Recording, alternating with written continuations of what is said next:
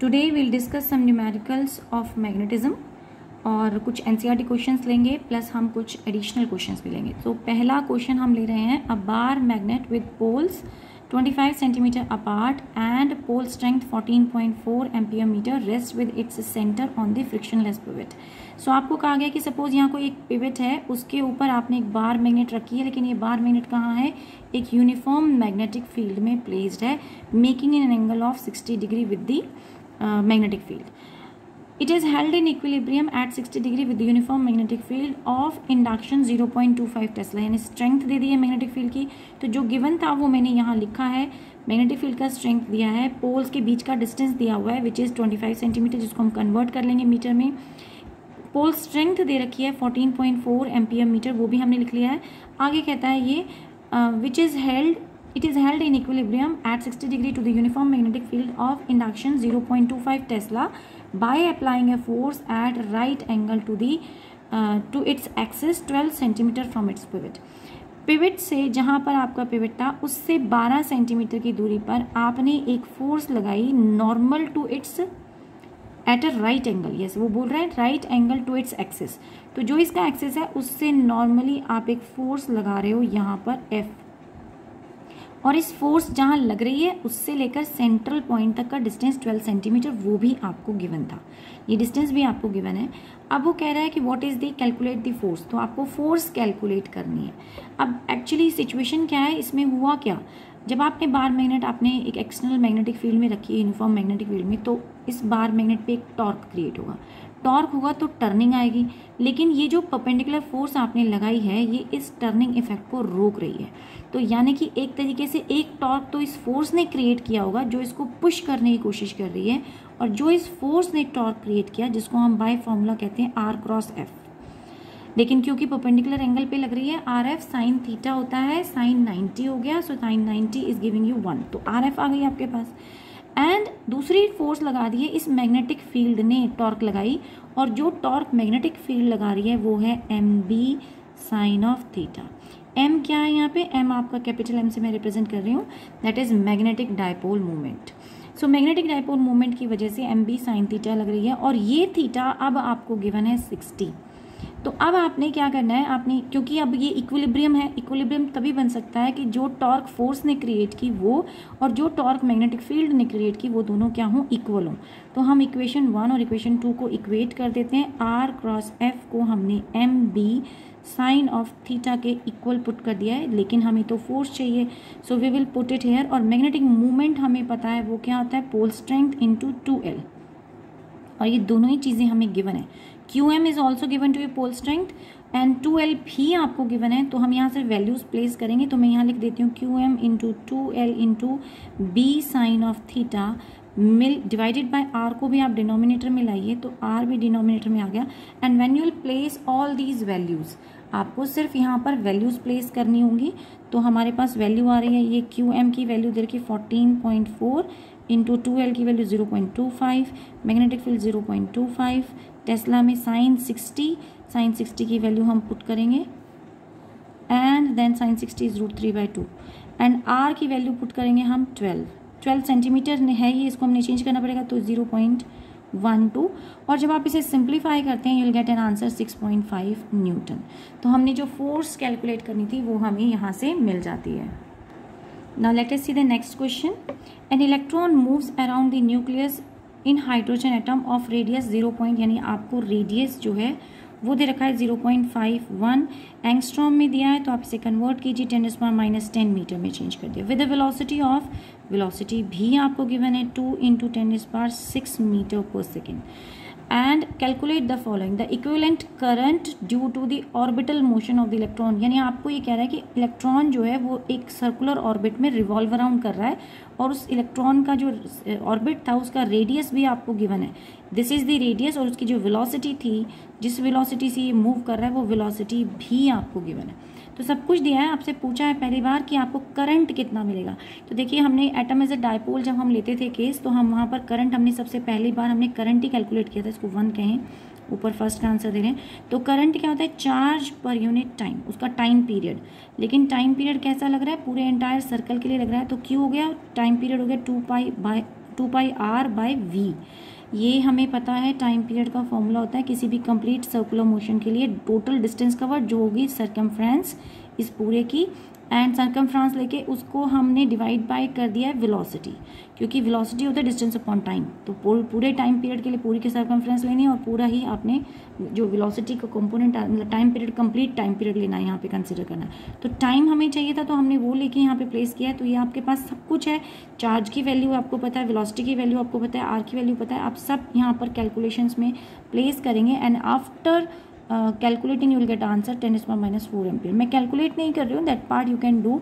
I think the concept of formula कौन सा use करना है वो ज़्यादा इंपॉर्टेंट है। तो सेकेंड डिस्कस करते हैं, magnetic field produce at the centre of the nucleus. Okay, centre पे मैग्नेटिक फील्ड निकालनी है। अब ये पूरा सर्कल है तो ये बिहेव करेगा एक करंट कैरिंग सर्कुलर लूप की तरह, और करंट कैरिंग सर्कुलर लूप की मैग्नेटिक फील्ड होती थी एट द सेंटर μ0I/2r। यहाँ रेडियस ले रहे हैं, 2a भी लिख सकते हो आप, हम तो यहाँ पे रेडियस ले रहे हैं r, तो मैंने r से रिप्रेजेंट कर दिया। यहाँ पर भी आपको सारी चीज़ें पता है, करंट आप कैलकुलेट कर चुके हो, r आपको गिवन है, वैल्यूज प्लेस करनी है, μ0 की वैल्यू भी आपको पता है 4 × 10⁻⁷। जब हम सारी कैलकुलेशन करते हैं you will get the answer 1.23 Tesla. Third देखते हैं, magnetic movement associated with the electron. तो मैग्नेटिक मूवमेंट, ये करंट लूप है, करंट लूप की मैग्नेटिक मूवमेंट निकालते थे हम NIA, लेकिन यहाँ N नहीं लेंगे क्योंकि नंबर ऑफ टर्न्स तो नहीं है, यहाँ पे सिर्फ I और A लेंगे। I आप कैलकुलेट कर चुके हो, एरिया इसके लिए हो जाएगा, सर्कल है πr², तो I/r²। आपको यहाँ पे वैल्यू पुट करनी है।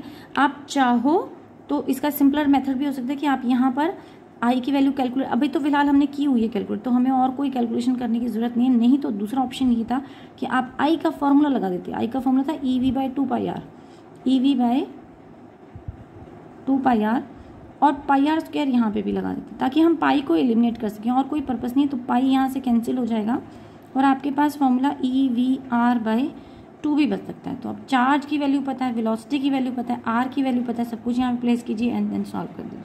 दोनों ही पॉसिबल है, करंट की वैल्यू भी डायरेक्टली ये वाली पुट करके और इनटू एरिया करके भी निकाल सकते हैं और इस तरह से भी निकाल सकते हैं। दोनों का मैं आंसर लिख देती हूँ, मतलब दोनों ही मेथड से आंसर आपका सेम ही आएगा। 8.16 × 10⁻⁻25 एम्पियर मीटर स्क्वायर। ये यूनिट होती है मैग्नेटिक मूवमेंट की। मैग्नेटिक मूवमेंट वेक्टर क्वांटिटी है। अगला क्वेश्चन देखते हैं। This is your NCERT solved example 1। सो यहाँ दे रखा है इन द फिगर मैंने यहाँ अलग से बना लिया था। The magnetic field has magnetic movement 6.7 ×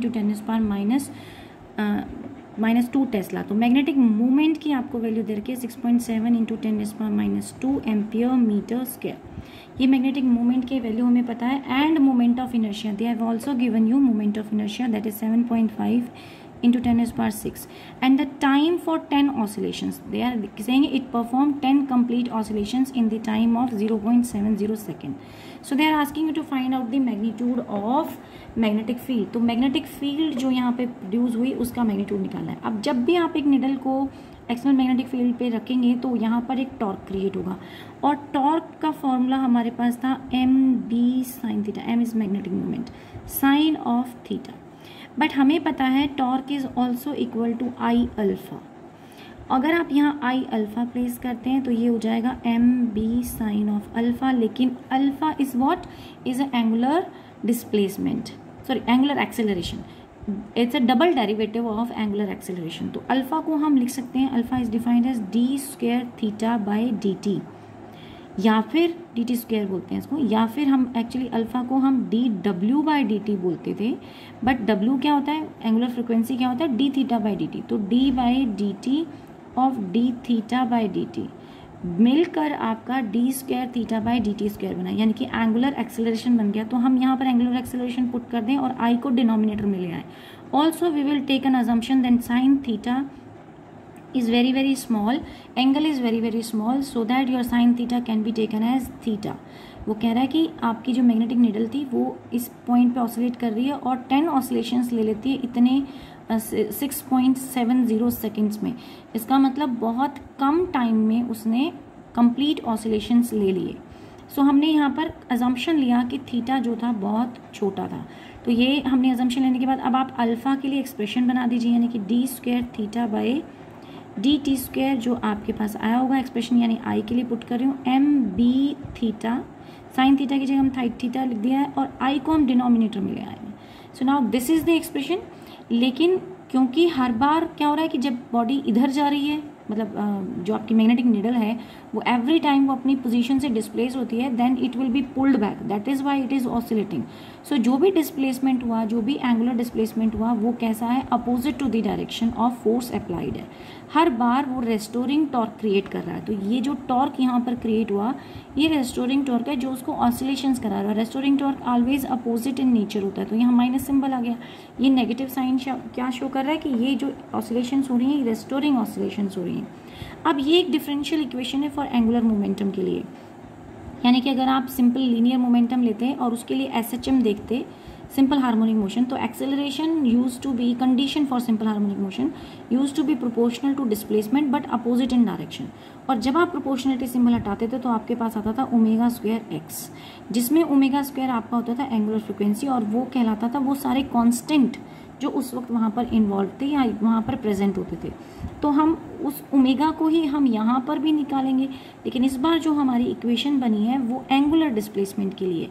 ये क्या है, यहाँ राइट नाउ अल्फा है और यहाँ पर माइनस ओमेगा स्क्वायर आ रहा है आपके पास, और थीटा के प्रोपोर्शनल है, यानी कि एंगुलर डिस्प्लेसमेंट के प्रोपोर्शनल है एंगुलर एक्सेलरेशन। तो ये क्या कहलाएगा उस वक्त, एंगुलर फ्रिक्वेंसी कहलाएगा। और अगर ये एंगुलर फ्रिक्वेंसी है तो ओमेगा की वैल्यू आपके पास आ गई mb/i, वो भी अंडर द रूट। लेकिन ओमेगा को तो हम 2π/T भी बोलते हैं। तो हमें चाहिए क्या, यहाँ पर पूछा है what is the magnitude of magnetic field निकालने के लिए पूछा है। तो यानी हम ऐसे कंपोनेंट्स में ले आए, ओमेगा तो हमें गिवन था नहीं, हमें टाइम पीरियड गिवन था, तो हम टाइम पीरियड की फॉर्म में ले आते हैं सो दैट कि इक्वेशन आपकी थोड़ी सिंपल हो जाए। तो मैं इस इक्वेशन को रीअरेंज कर रही हूँ टाइम पीरियड के लिए। तो टाइम पीरियड आपके पास आ गया 2π/√I/mb, m is magnetic moment into b, but he is asking for magnetic field। तो magnetic field का फॉर्मूला हो गया 4π² I/m/t²। तो मैग्नेटिक फील्ड के लिए यानी इसका स्क्वायर कर दिया हमने और टी के बी को उधर ले गए हैं, बाकी सारे कंपोनेंट्स इधर ले आए, तो आपके पास मैग्नेटिक फील्ड का एक्सप्रेशन बन गया। Now you are given with everything. I moment of inertia वो हमें गिवन है, टी टाइम पीरियड 10 ऑसिलेशंस का वो भी हमें गिवन है। Everything when you will place here then you will get the answer 0.01 tesla. मैंने ये कंपैरिजन किया लीनियर एक्सेलरेशन का, यानी लीनियर SHM का। लीनियर डायरेक्शन में SHM होता है। राइट नाउ क्या होता है, यहाँ क्या हो रहा है, जब आप सिंपल पेंडुलम लेते हो तो ऑसिलेशंस या तो ऐसे हो रही है, बैक एंड फ्रो ऑसिलेशंस हो रही है। यहाँ क्या हो रहा है, यहाँ वो टॉर्क क्रिएट हो रहा है, एक बार एंटी क्लॉकवाइज टॉर्क हो रहा है, एक बार क्लॉकवाइज टॉर्क हो रहा है। That is why it is executing a simple harmonic motion. और अगर टॉर्क 2 बार क्रिएट हो रहा है और वो टॉर्क कैसा होगा, वो अपोजिट कर रहा है, यानी कि वो रेस्टोरिंग टॉर्क है। It is trying to bring it back to the mean position, but every time oscillations will continue। तो यहाँ इन्होंने 10 oscillations की बात की थी, तो उसी का हमने यूज़ किया है और हमने इसको सॉल्व किया, तो you will get the answer 0.01 Tesla. Next question देखें, इसका क्वेश्चन नंबर 2 देखते हैं आप NCERT का। A short bar magnet placed at with its axis at 30 degree with the external magnetic field। that means आपने external magnetic field के साथ 30 degree angle बनाते हुए आपने एक बार को प्लेस कर दिया। Now it is making an angle of 30 degree and जो भी हमें इन्फॉर्मेशन गिवन है वो हम लिख देते हैं, तो सॉल्यूशन करेंगे, लेकिन उसके लिए बी हमें गिवन है। मैग्नेटिक फील्ड कितना है, 800 गॉस, और 800 गॉस क्या होता है, 800 × 10⁻⁻⁴ टेस्ला होता है। टॉर्क भी आपको गिवन है, यहाँ नेक्स्ट आपको टॉर्क दे दिया है, पहले आपको मैग्नेटिक फील्ड दे दिया, एंगल आपको 30 डिग्री हमने कंसीडर कर लिया। टॉर्क है 0.016 टेस्ला सॉरी न्यूटन मीटर, ये टॉर्क आपको दे रखा है। What is the magnetic moment of the magnet, तो हमें सबसे पहला निकालना है मैग्नेटिक मूवमेंट निकालिए। तो टॉर्क का ही रिलेशनशिप लगा देते हैं। टॉर्क का रिलेशनशिप आपके पास होता था mb/sin⁻θ। सो थीटा आपको पता है, मैग्नेटिक फील्ड आपको पता है, टॉर्क आपको पता है, तो m निकाल लेंगे हम। तो ये सिंपल था क्वेश्चन। यहाँ पे हमें सिर्फ क्या करना था, τ/b एंड थीटा, साइन ऑफ थीटा यहाँ पे हमें प्लेस करना था। हमें सारी वैल्यूज प्लेस करनी है, then will calculate and solve, you will get the answer 0.40 ampere metre square after placing the value. Conversion भी मैंने जो गॉस का था वो तो मैंने कर ही दिया है, तो आई थिंक और कोई कन्वर्जन नहीं है, सीधा आपको वैल्यूज प्लेस करके सॉल्व करना है। नेक्स्ट पार्ट देखते हैं, what is the work done in moving it from its most stable most stable to the most unstable position. Okay, तो स्टेबल पोजीशन कब होती है? जब थीटा आपका क्या हो जाए, 0 हो जाए। और अनस्टेबल पोजीशन कब होती है? जब थीटा 180 हो जाए। तो स्टेबल है व्हेन थीटा इज 0, अनस्टेबल है व्हेन योर थीटा इज 180। अब इसका मतलब हमें वर्क डन अगर चाहिए तो वर्क डन किसकी फॉर्म में स्टोर्ड होगा? चेंज इन पोटेंशियल एनर्जी की। दोनों का वर्क डन मांग रहा है ना वो, कि work done in moving it from the unstable से स्टेबल से अनस्टेबल की तरफ। तो हमारी अनस्टेबल पोजीशन जो है वो कैसी है? वो फाइनल पोजीशन है। तो हमें चेंज इन एनर्जी निकालना होगा which will be potential energy कब? जब 180 की डिग्री एंगल पे था, माइनस पोटेंशियल एनर्जी कब? जब 0 डिग्री पे आया। तो अनस्टेबल फाइनल है और इनिशियल जो है वो आपकी स्टेबल है। तो अब जब 180 पुट करोगे, और आपको पता है पोटेंशियल एनर्जी का फॉर्मूला होता है -mBm.b, ये रिलेशनशिप होता है। तो अब जब माइनस आ रहा है और आपने 180 और पुट कर दिया है, तो फिर again you will get minus and minus will become plus. तो mb आपके पास आ गया, और यहाँ माइनस है ही, और जब 0 डिग्री एंगल पुट करते हैं तो फिर अगेन माइनस आएगा which will make it plus. So magnetic dipole movement यानी वर्क डन जो हो जाएगा, दोनों ऐड हो जाएंगे, दोनों की वजह से पोटेंशियल एनर्जीज ऐड होगी, और आपके पास ट्वाइस ऑफ mb बचता है। And after placing magnetic movement आप निकाल चुके हैं, मैग्नेटिक फील्ड आपको गिवन है, दोनों वैल्यूज प्लेस करते हैं, you will get an answer 0.064 joule. Third part देखते हैं क्या मांग रहा है। The bar magnet is replaced by solenoid of cross section area इतना। ओके, क्रॉस सेक्शन एरिया आपकी बार दे दिया है 2 × 10⁻⁻⁴ metre square, and number of turns भी हमें दे दिए हैं 1000। ये number of turns per unit volume की बात नहीं की है, तो यहाँ हम स्मॉल एन नहीं लिखेंगे। Number of turns generally small n से रिप्रेजेंट करते हैं number of turns per unit volume को या 1 यूनिट लेंथ को, डिपेंडिंग अपॉन कि हम क्या कंसिडर कर रहे हैं। तो राइट नाउ वो टोटल टर्न्स की बात कर रहा था, दैट इज 100, और वो कहता है कि the bar magnet is replaced by the solenoid but of the same magnetic moment, but उसकी magnetic moment same है। determine the current flowing through the solenoid, और आपको solenoid के थ्रू करंट कितना जा रहा है वो बताना है। तो magnetic movement for this solenoid is NIA। Actually क्यों? क्योंकि सोलेनॉइड एक करंट लूप है, और करंट लूप एक डायपोल की तरह बिहेव करता है, सोलेनॉइड भी एक डायपोल है, और सोलेनॉइड के लिए भी आपके पास मैग्नेटिक मूवमेंट का फॉर्मूला वही होगा जो एक सिंगल लूप के लिए होता है, दैट इज IA। फर्क कितना है कि हम n नंबर ऑफ टर्न से मल्टीप्लाई कर देंगे, हमने नंबर ऑफ टर्न से मल्टीप्लाई करना है, but he is asking for the current. तो आप यहाँ पे करंट के लिए फॉर्मूला लिख दीजिए, that will be equal to m/NA, and when you place all the values you will get the answer as 2 ampere current. Let us see one more question from NCERT. Now this is 5.9 question simple है और similar है to the example जो solve example था। देखते हैं। A coil of 16 turn, वो हमने लिख दिया है, radius 10 centimetre, carrying a current of this much, that means 0.75 ampere, rest with its plane normal to the external magnetic field 5 × 10⁻² Tesla. The coil is free to turn about an axis in its plane perpendicular to the field direction. Okay, when the coil is turned slightly and released, it oscillates about its stable equilibrium with an frequency of 2 × 10 second inverse. तो मैंने frequency की भी notation लिख दी है, जो भी values given थी वो सब लिख दी है। अभी क्या कह रहा है? ये कह रहा है कि अगर आपने एक्सटर्नल मैग्नेटिक फील्ड में एक सर्कुलर कॉइल को रख दिया, right now he is talking about circular coil. पिछले क्वेश्चंस में उसने सर्कुलर कॉइल की बात नहीं की थी, उसने कहा था एक बार मैग्नेट को हमने प्लेस किया और वो बार मैग्नेट ऑसिलेट कर रही थी अपनी इक्विलिब्रियम पोजीशन पे, या जो हमने एग्जांपल लिया था सॉल्व एग्जांपल उसमें। लेकिन यहाँ वो कॉइल की बात कर रहा है, लेकिन कॉइल भी तो अपने आप में एक डायपोल ही होती है, तो वही कंडीशंस यहाँ पर भी एप्लीकेबल होंगी, यानी कि उसी तरीके से हम यहाँ पर भी टाइम पीरियड डिफाइन कर सकते हैं। जैसे टॉर्क क्या था, तब भी हमारा MB साइन ऑफ थीटा था, and theta we too considered small, and अभी भी हम थीटा को स्मॉल ही लेंगे, MB थीटा रह जाएगा, और टॉर्क किसके बराबर था? I अल्फा के बराबर भी था। और फिर इसकी वजह से ये क्या बन गई? ये बन गई थी डिफरेंशियल इक्वेशन फॉर SHM, यानी कि सिंपल हार्मोनिक मोशन की डिफरेंशियल इक्वेशन बन गई। और फिर वहाँ से हमारा टाइम पीरियड निकला था विच वॉज 2π/√I/m। ये हमारा मैग्नेटिक मोमेंट हम पुट कर रहे हैं, m × B, सॉरी B भी था साथ में, एंड हम ये कैपिटल M है, this is magnetic dipole movement. मैं स्मॉल m से नहीं, मैं हर जगह कैपिटल M से ही रिप्रेजेंट कर रही हूँ। और फिर यहाँ से आपको चाहिए क्या? फ्रीक्वेंसी, क्योंकि इस बार आपको टाइम पीरियड नहीं गिवन है, इस बार हमें फ्रिक्वेंसी गिवन है, तो हम फ्रिक्वेंसी जब निकालेंगे इसका रेसिप्रोकल ले लेंगे, reciprocal of time period frequency होता है। So the answer will be 2 pi under the root M B by I. ये रिलेशनशिप आ गया, but what he is asking for, he is asking for moment of inertia. So this implies therefore I का formula अगर हम लगा दें तो M B square by, यानी स्क्वायर ले लिया हमने 4 pi square into frequency square. ये आपका रिलेशनशिप आ जाएगा और अब आपको सिर्फ यहाँ पर वैल्यूज प्लेस करनी है and when you will calculate you will get an answer and that answer is coming out to be 1.2 into 10⁻⁻4 kilogram metre square. So ये आपका moment of inertia after calculation आता है। मैंने कोई भी आपको वैल्यूज बताई नहीं है कि क्या होंगी, हाँ, लेकिन मैग्नेटिक मोमेंट आपको कैलकुलेट करना, क्योंकि ये सर्कुलर लूप है और सर्कुलर लूप का रेडियस दे रखा है, वो मैं बता देती हूँ कि मैग्नेटिक मोमेंट के लिए हम क्या कर सकते हैं, NIA होता है।